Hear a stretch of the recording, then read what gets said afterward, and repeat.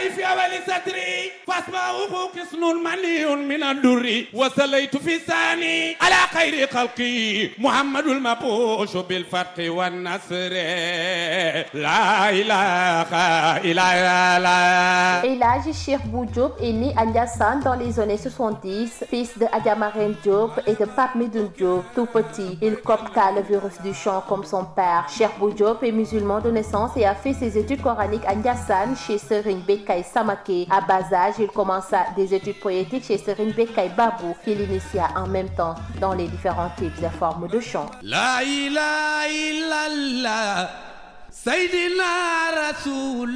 Cheikh Bou Diop a fait ses débuts de l'élémentaire à l'école de Ndiassane Saloum à Kamatan, village créé par El Hadji Mamadou Kounta, troisième khalife de Ndiassane. 2 ans après, il retourna à Ndiassane pour la suite de son cycle primaire jusqu'en classe de CM2 à l'école Cheikh Bou Kounta, actuelle école 6. Il poursuit ensuite ses études moyennes au collège Alpha Mayoro Wele, actuel Dabakh Malik Sy, et au CM Ababakar Sy de Tivaouane et dans le Dara de Cheikh Bekay Samaké pour y parfaire son Coran. Cheikh Bou Diop a reçu une éducation spirituelle auprès des différents khalifes de Borom Ndiassane qu'il a eu l'occasion de fréquenter, comme El Hadji Cheikh Sidi Yahya, Cheikh Bou Mohamed Di Baybou et l'actuel khalife El Hadji Mambou Mamadou Kounta.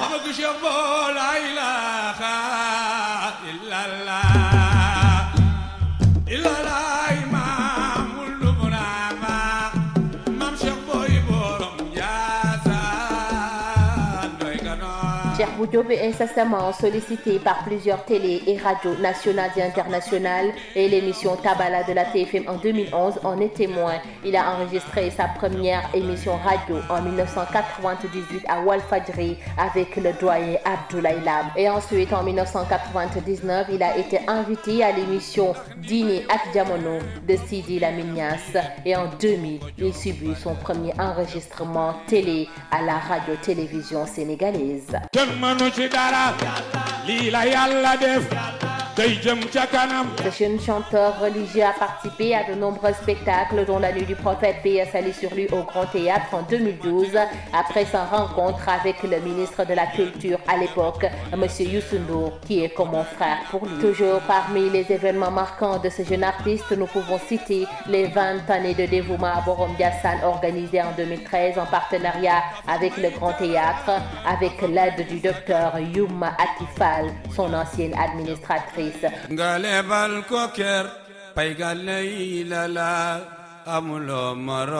Nous pouvons ensuite citer les 21 ans de dévouement à Borom Ndiassane au Théâtre National Daniel Sorano en 2014, et en mars 2014, Cheikh Bou Diop a assisté au marché des arts du spectacle africain en Côte d'Ivoire avec l'Organisation mondiale de la francophonie, qui l'invita ensuite dans son siège à Paris.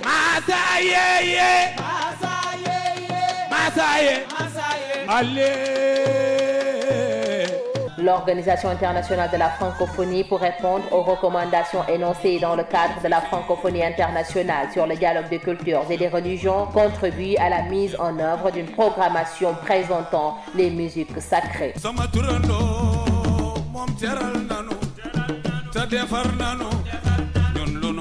Ainsi, l'Organisation internationale de la francophonie, après avoir compris la démarche et la détermination de Cheikh Bou Diop, la direction de la diversité et du développement culturel l'a choisi parmi les 20 nominés pour la nouvelle compilation Nouveau Son 2015 et la dernière édition du 22e année de dévouement à Borom Ndiassane avait coïncidé au lancement officiel de cette compilation. Il y a des hommes dans ce monde dont les œuvres ne seront jamais consommées.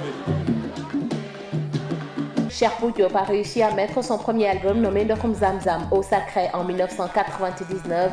En 2000, il sort un deuxième album intitulé Tol le chant. En 2008, Cheikh Bou Diop sort l'album Maulana le Grand. En 2005, il sort l'album Khalifa Ndiassane, les Khalifes de Ndiassane. En 2006, Demouk Baybou, le rappel à Dieu de Baybou. En 2007, Cheikh Bou Diop sort l'album Khalifa Bi, le nouveau Khalif. En 2008, Sangou Piakergi, le prophète, paix et salut sur lui. En 2009, Cheikh Bou Diop sort l'album Fateliko Demb Souvenir. En 2010, Sama Imam, mon guide, et l'album Kharnoubi, le siècle, est sorti en 2011. Et enfin, en 2014, Cheikh Bou Diop sort l'album Samayon, ma voix.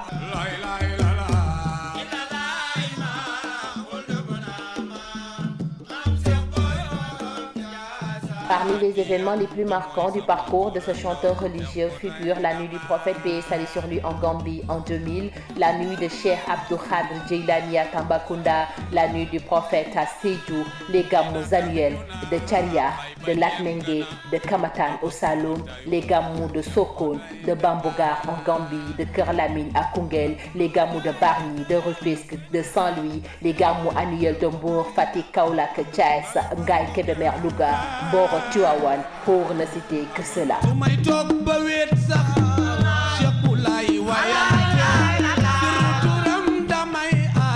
Parmi ces événements annuels, nous pouvons citer d'autres ayant lieu à Ndiassane, comme Goudi Cherbou et le centenaire de Mam Cheikh Bou Kounta Borom Ndiassane, organisé en juillet 2014. Cheikh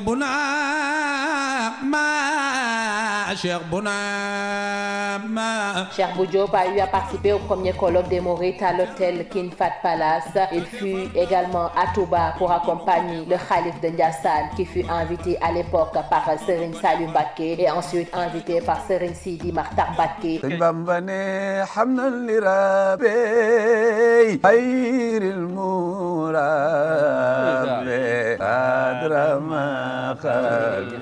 Cheikh Bou Diop est un chanteur khadr qui loue tous les guides spirituels de toutes les confréries.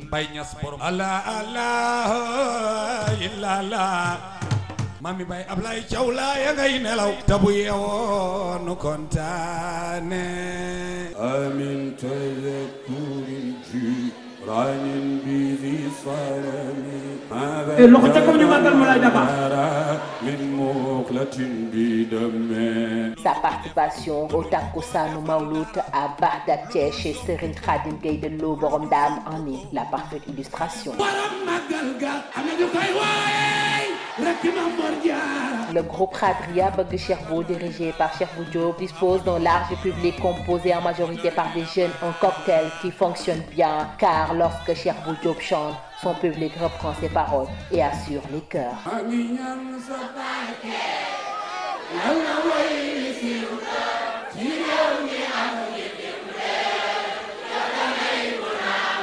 Cheikh Bou Diop a toujours nourri une grande ferveur pour les chants religieux. Il se réfère lui-même au hadith qui dit « Quiconque dédie sincèrement une chanson au prophète sera comblé de bienfaits au paradis. »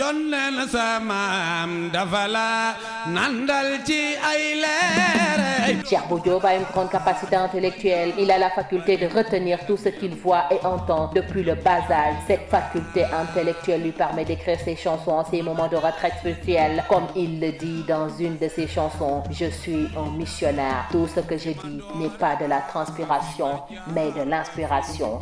Car c'est Cheikh Bou Kounta qui est derrière moi et c'est lui qui m'inspire. »